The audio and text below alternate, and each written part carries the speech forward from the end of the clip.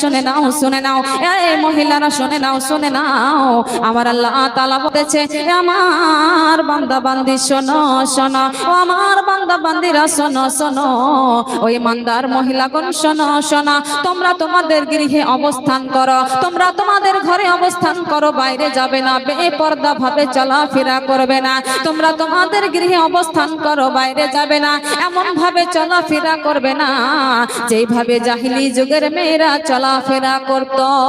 আর কি করবে? নামাজ পড়বে, যাকাত দেবে এবং সদা সর্বদা আল্লাহ এবং আল্লাহর রাসূল সাল্লাল্লাহু তাআলা আলাইহি ওয়াসাল্লামের আদেশ নির্দেশ মেনে চলবে। তো আসেন মা বোন, সূরা ফাতির আয়াত নাম্বার 28 এর মধ্যে আমার আল্লাহ তাআলা বলতেছেন, আমাকে অর্থাৎ আল্লাহকে বেশি ভয় করে যাদের অন্তরের ভিতরে জ্ঞান রয়েছে, ইলম রয়েছে, শিক্ষা রয়েছে। আসেন মা বোন শোনো শোনো, আমি কোরআনুল কারীম থেকে আয়াতখানা পাঠ করেছি। এই কোরআন আমাদেরকে শিক্ষা গ্রহণ করতে হবে, ইলমে দ্বীন আমাদেরকে জানতে হবে। কোরআন পাঠ আমাদের প্রত্যেকের জন্য ফরজ, প্রত্যেকটা বান্দা বান্দিকে কোরআনের শিক্ষা প্রয়োজন, কোরআন প্রত্যেকেই শিখতে হবে।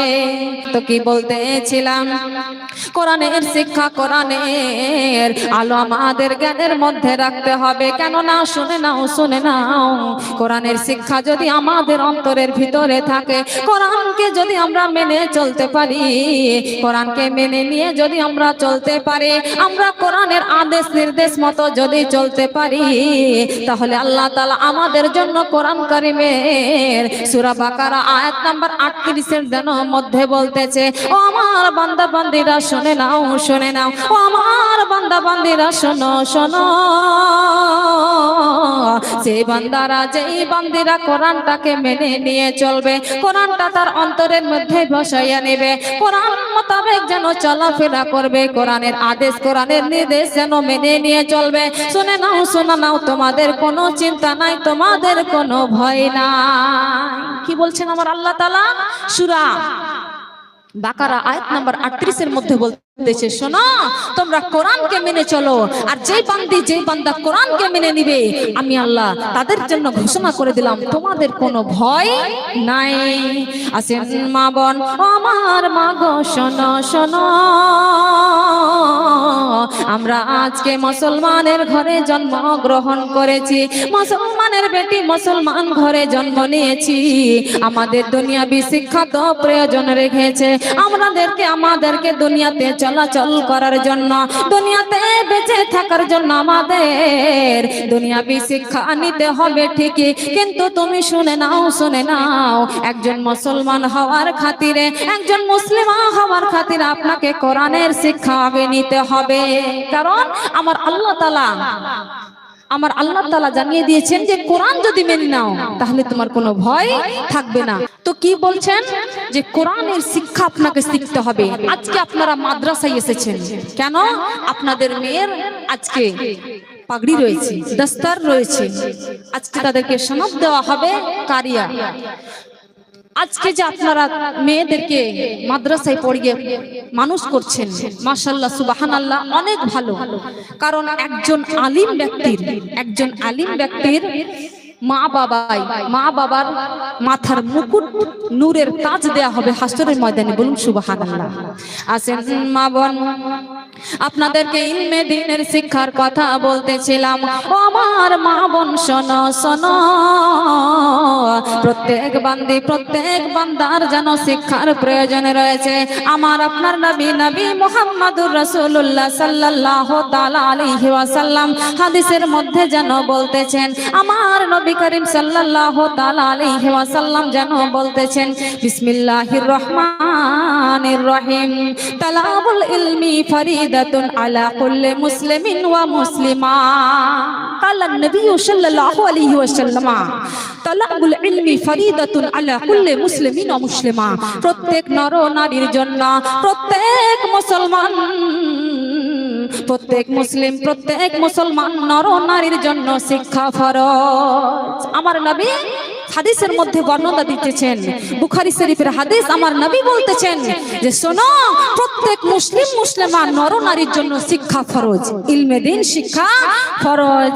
আসেন আমার মা বোন শুনে নাও, শুনে নাও, আপনার নবী, আমার নবী, দয়ার ভান্ডার নবী আমাদেরকে বলে দিলেন যে প্রত্যেকটা ব্যক্তির জন্য ইলম শিক্ষা গ্রহণ করা, প্রত্যেকটা ব্যক্তির জন্য দ্বীন গ্রহণ করা হচ্ছে ফরজ। এমনটা নয় যে ছেলেরা পড়বে মেয়েরা পড়বে না, ছেলেরা পড়াশোনা করবে মেয়েরা করবে না, এমনটা নয়, এমনটা নয়। শুনে নাও, বর্ণনাকারী বর্ণনা দিতেছেন ছেলেদেরকে তো পড়তে হবে, ভালো কথা, কিন্তু শুনে না, একজন শিক্ষিত মা তোমরা যদি দিতে পারো, যদি শিক্ষিত মা দিতে পারো, তাহলে আপনি শিক্ষিত সমাজ গড়ে পাবেন।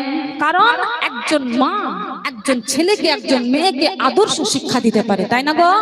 বুঝতে পারছেন আমার বক্তব্য? হাত তুলেন তো, বুঝতে পারছেন তো? আজকে যেহেতু মাদ্রাসার জালসা, আমি কিছু এই সম্বন্ধে বলে আপনাদের যা প্রয়োজনীয়, মেয়েদেরকে কি করতে হবে, আপনাদের শরীয়তে কিভাবে চলাফেরা করতে হবে, ইনশাআল্লাহ আমি বয়ান বা বক্তব্য আপনাদের সামনে রাখবো। আসেন মা বোন, আমার নবী সাল্লাল্লাহু তাআলা আলাইহি ওয়াসাল্লাম যেন বর্ণনা করে দিলেন, এ আমার প্রত্যেক উম্মত উম্মতি শুনে নাও, শুনে নাও, এ আমার মুসলিমা নর নারী শুনে নাও, শুনে নাও, তোমাদের জন্য ইলমে দ্বীন শিক্ষা হচ্ছে ফরজ। আপনাকে আসেন কিভাবে আপনি শিখবেন, আমার নবী আমাদেরকে বলে দিলেন আপনাদেরকে শিখতে হবে। আর সেই ব্যক্তিটা উত্তম, সেই ব্যক্তিটা উত্তম যে কোরআন শিখলো এবং শিক্ষা দিল। বলুন সুবহানাল্লাহ। আসেন মা বোন, সেই কোরআন আমাদেরকে শিখতে হবে, যে কোরআনের মধ্যে আমাদের জন্য বলে দেওয়া হয়েছে, যদি তোমরা কোরআন শিক্ষা গ্রহণ করতে পারো, কোরআনটাকে মেনে নিয়ে যদি চলতে পারো, তোমাদের নাই দুনিয়াতে কোনো চিন্তা থাকবে, নাই ওই দুনিয়াতে কোনো চিন্তা থাকবে, আমি আল্লাহ তোমাদের জন্য জান্নাতকে ওয়াজিব করে দিব।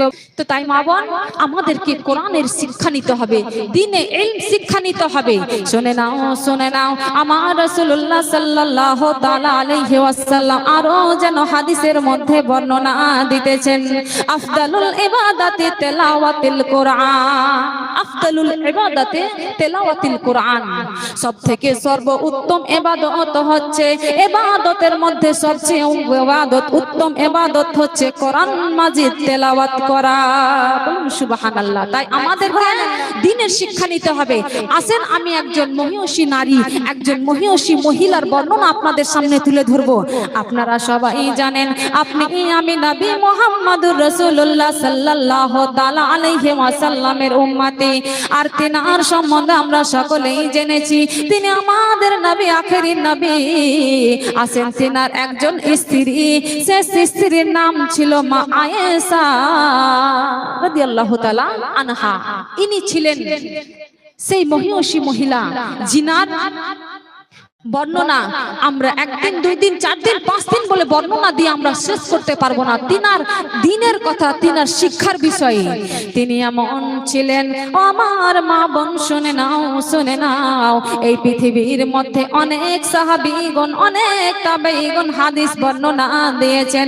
এই দুনিয়ার মধ্যে অনেক সাহাবী যেন হাদিসের বর্ণনা দিয়েছেন। তাদের মধ্যে মা আয়েশা রাদিয়াল্লাহু তাআলা আনহা হচ্ছেন দ্বিতীয়তম। মা আয়েশা রাদিয়াল্লাহু তাআলা আনহা ছিলেন দ্বিতীয়তম। তিনি ছিলেন সুশিক্ষিত, জ্ঞান সম্পন্না, সুদক্ষ। যেমন পড়াশোনাতে তিনি সুদক্ষ ছিলেন, তেমন বাড়ির কাজেও সুদক্ষ ছিলেন। এমনটা নয় যে শুধু পড়াশোনা করেছেন, এমনটা নয়, এমনটা নয়, তিনি বাড়ির কাজেও যেন সুদক্ষ ছিলেন। আসেন আমার মা আয়েশা রাদিয়াল্লাহু তাআলা আনহা কেমন ছিলেন? আমার মা আয়েশা রাদিয়াল্লাহু তাআলা যেন এমন শিক্ষিকা ছিলেন, এমন শিক্ষিকা ছিলেন। আপনার আমার নবী সাল্লাল্লাহু তাআলা আলাইহি ওয়াসাল্লাম যখন দুনিয়া থেকে পর্দা হয়েছেন, যখন দুনিয়া থেকে পর্দা হয়ে চলে গেছেন, তখন যদি কোনো হাদিসের প্রয়োজন পড়তো, কোনো সাহাবা যদি বর্ণনা দিতে না পারতো, আমার মা আয়েশা রাদিয়াল্লাহু তাআলা আনহার দরবারে এসে উপস্থিত হতো। আমার মা আয়েশা রাদিয়াল্লাহু তাআলা আনহাকে যেন সালাম দিত, তিনি পর্দার আড়াল হতে যেন সেই সাহাবীদেরকে শিক্ষা দিত। আপনি কি মনে করবেন যে না মেয়েদের পড়ার প্রয়োজন নাই? অবশ্যই একজন মেয়ে যদি শিক্ষিত হয়, একজন মেয়ে যদি আলিমা হয়, একজন মেয়ে যদি জ্ঞানী হয়, তাহলে তার প্রত্যেকটা সন্তানকে সে শিক্ষিত করে তুলতে পারবে, তার সমাজটাকে সে শিক্ষিত করে তুলতে পারবে। তাই মা বোন, আমাদেরকে মা আয়েশা রাদিয়াল্লাহু তাআলা আনহার মতো শিক্ষিত সন্তান গড়ে তুলতে হবে।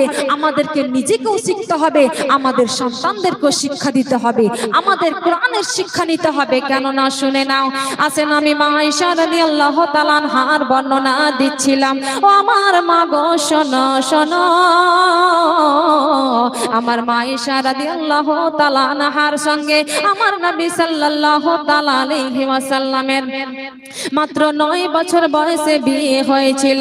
তখন থেকে নিয়ে মা আমার আয়েশা আমার নবীর দরবারে যেন শিক্ষা গ্রহণ করত, কোরআনের শিক্ষা, হাদিসের শিক্ষা গ্রহণ করত।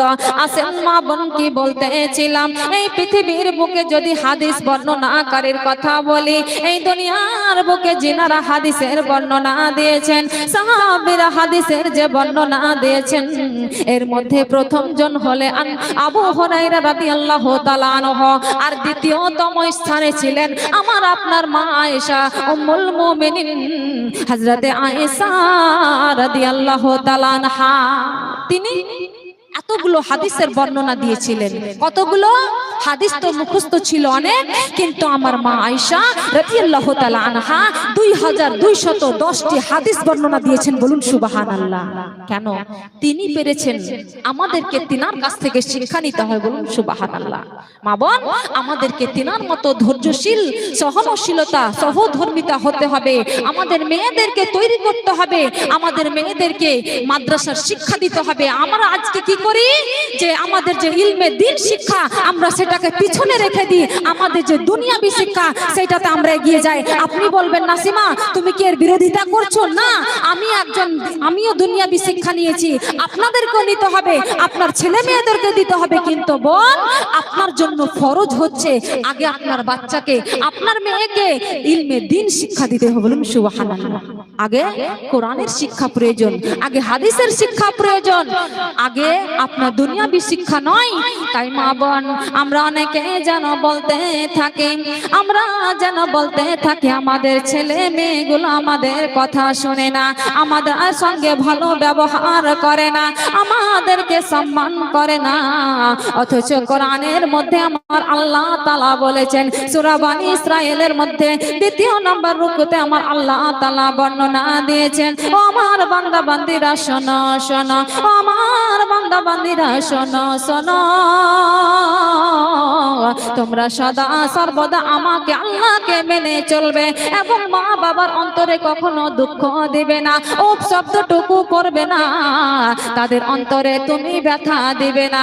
আর তুমি আল্লাহ তাআলার কাছে দোয়া করবে, রব্বির হামহুমা কামা রব্বায়ানি সগীর। কি করো?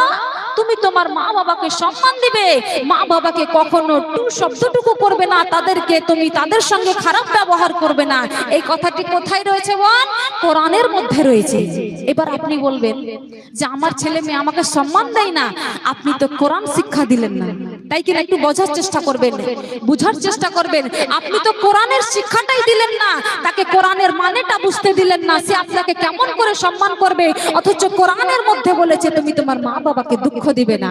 আপনি মনে করতেছেন আপনার জমিতে আপনি আদা যেন লাগিয়েছেন, আপনার জমিতে আপনি আদা লাগিয়েছেন, আর আপনি আশা করছেন, আপনি যেন আশা করছেন আমার জমি থেকে যেন কিশোর উৎপাদন হয়।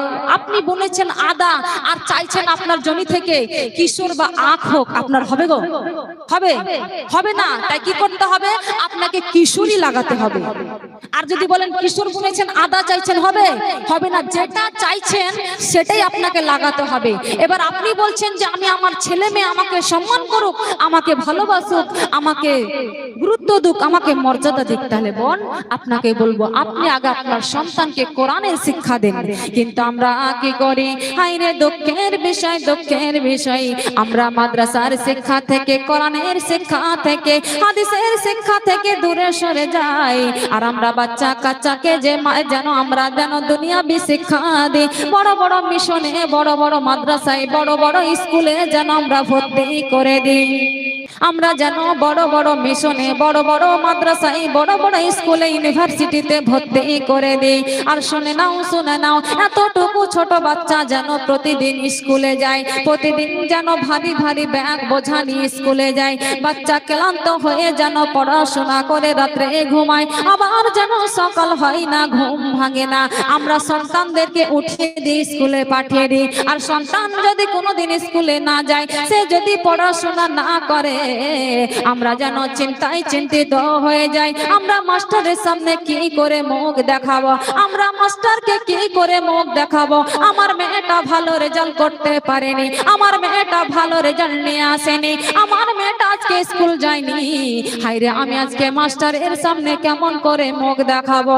আমার মা বোন শোনো, শোনো, আপনাকে সেই চিন্তা করতে হবে না। আপনাকে প্রথমে দুনিয়াবি শিক্ষা নয়, আপনাকে আগে ইলমি দ্বীনের শিক্ষা দিতে হবে। দ্বীনের শিক্ষা আপনার সন্তানকে দিতে হবে। ও আমার মা বোন শোনো, শোনো, আমরা যেন মায়েরা বাবারা লাঠি নিয়ে দাঁড়িয়ে থাকি আমার সন্তানকে স্কুল পাঠানোর জন্য, আমার সন্তানকে স্কুলে পাঠানোর জন্য। কিন্তু একজন যে মসজিদে মক্তবে পড়াশোনা হয়, একটি মাদ্রাসায় পড়াশোনা করা হয়, আমরা সন্তানদেরকে কিন্তু গুরুত্ব দিই না, গুরুত্ব দিই না। এইরকম মা বাবা যদি তুমি হয়ে থাকো, তাহলে শুনে নাও, শুনে নাও, তোমার সন্তান তোমাকে বড় হয়ে কখনোই সম্মান করবে না, কখনোই বড় হয়ে তোমাকে মর্যাদা দেবে না। তাই মা বোন শোনো, শোনো, দিনের যদি আপনি যদি সম্মানের আশা করেন, আপনি যদি জান্নাতের আশা করেন, আপনি যদি রাসূলের শাফাতের আশা করেন, তাহলে আপনার সন্তানকে আগে ইলমে দ্বীন শিক্ষা দিতে হবে। আপনাই আমি অনেক আজকে মা, আমরা সন্তানকে অনেক ভালোবাসি। সন্তানকে কেই বা না ভালোবাসে, সন্তানকে কে বা না ভালোবাসে? কিন্তু শুনে নাও মাগো, আপনাকে ভালোবাসতে হবে, ভালো কথা, কিন্তু শিক্ষার জন্য আপনি যেন ছেলে মেয়েকে ভালোবেসে বাড়িতে রাখবেন না।